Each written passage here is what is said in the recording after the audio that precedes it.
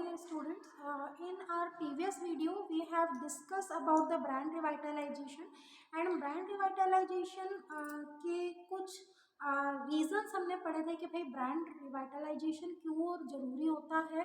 तो for whenever the product is declining from its life cycle, so the manufacturer और the producers are giving some reinnovation in their products and services. ठीक है, ताकि market में वो जो product है वो हमेशा बना रहे. इसके लिए जो मैन्युफैक्चरर हैं, जो प्रोड्यूसर हैं, वो क्या करते हैं, काम करते हैं. तो अब ब्रांड रिवाइटलाइजेशन के जो हमने रीजंस पढ़े थे कि भाई some legal issues are there because of the globalisations, और हम कहेंगे मर्जर्स एंड एक्विजिशन के कारण, ब्रांड रेवेलेंस के कारण बहुत सारी जो ब्रांड्स होते हैं, जो प्रोडक्ट्स होते हैं, उनको रिवाइटलाइजेशन की ज़रूरत होती है.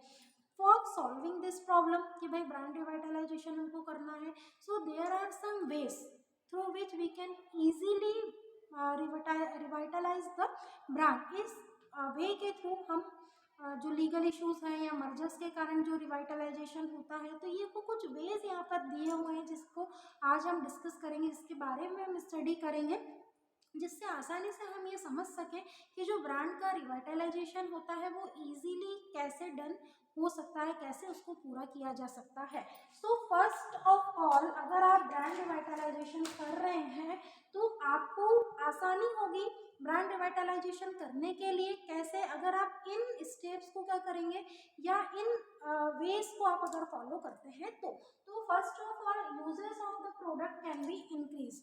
सबसे पहले आपको क्या करना है कि जो आपके प्रोडक्ट के यूज हैं उनको आपको इंक्रीज करना है, जिससे आपका जो ब्रांड रिवाइटलाइजेशन है वो मार्केट में अगर आप नहीं भी करें किसी कारण से, तो आपके प्रोडक्ट जो है वो बने रहेंगे, है ना. जैसे अगर हम डेटॉल की बात करते हैं तो डेटॉल का जो यूज है वो बहुत सारी जगह पर किया जाता है.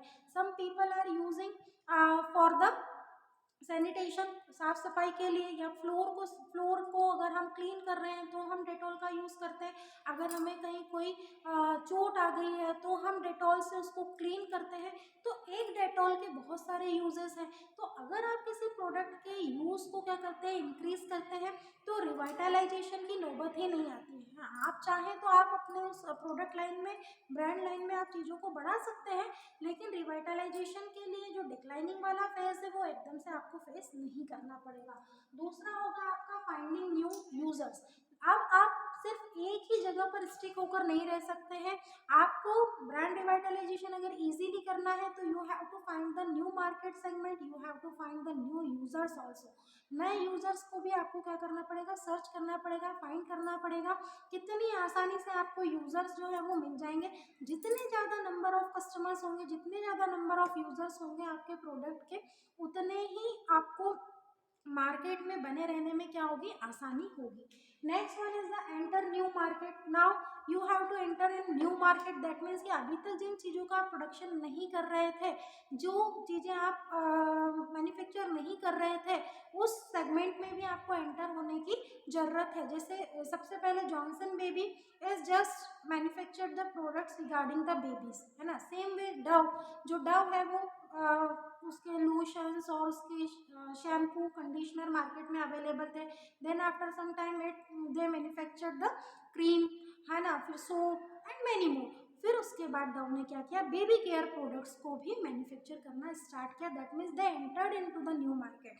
They entered the segmentation of the market regarding the children, kids के लिए उन्होंने न्यू मार्केट में क्या कर दिया, इंटर हो लिया. तो अगर आप न्यू मार्केट में इंटर होते हैं तो ब्रांड रिवाइटलाइजेशन आपका आसानी से हो सकता है.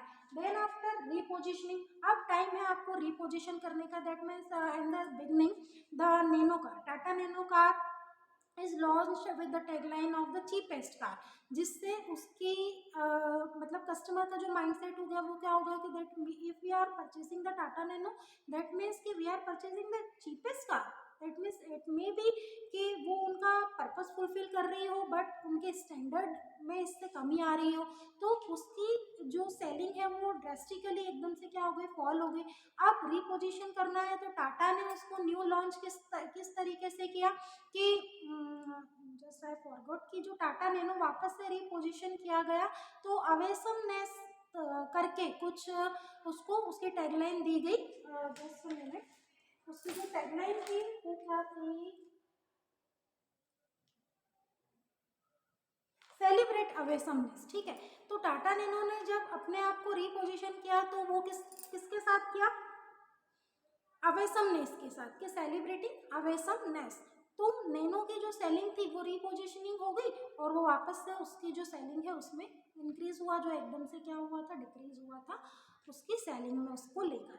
फिर अगला हो गया हमारा ऑगमेंटेड प्रोडक्ट एंड सर्विसेज। तो ऑगमेंटेड प्रोडक्ट एंड सर्विसेज की अगर हम बात करें तो if you are giving something with your product, like the surf excel is come with a 1 kg surf excel is come with a container, तो उस Surf Excel को यूज करने के बाद उस कंटेनर का, उस प्लास्टिक कंटेनर का आप क्या कर सकते हैं, रीयूज कर सकते हैं, दूसरे पर्पज से आप उसको यूज कर सकते हैं।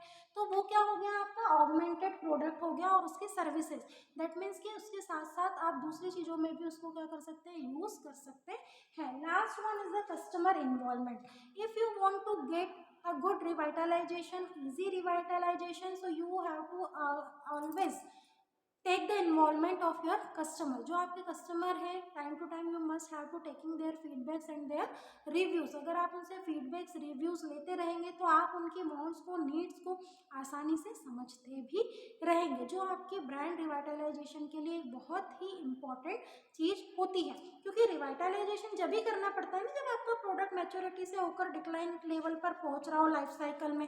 तो अगर आप टाइम टू टाइम फीडबैक, उनकी वांट्स को, उनकी नीड्स को जानते रहेंगे तो you have to always be give something like they want, जो वो चाहते हैं, है ना, या जिससे उनको सेटिस्फेक्शन मिलता है। तो ये सारी चीजें अगर आप आपके कस्टमर्स को देते रहते हैं तो ब्रांड रिवाइटलाइजेशन, रिकवरी, रीबर्थ में क्या होती है, आसानी होती है। या जो आपको एक फियर रहता है, या मैन्युफैक्चरर को फियर रहता है कि ऐसा ना हो कि हम मार्केट से एकदम वैनिश हो जाए, गायब हो जाए या कस्टमर, तो always you have to try the give best advertisement, है ना, मार्केट में बने रहने के लिए, रिकॉल कराने के लिए कस्टमर को हमेशा।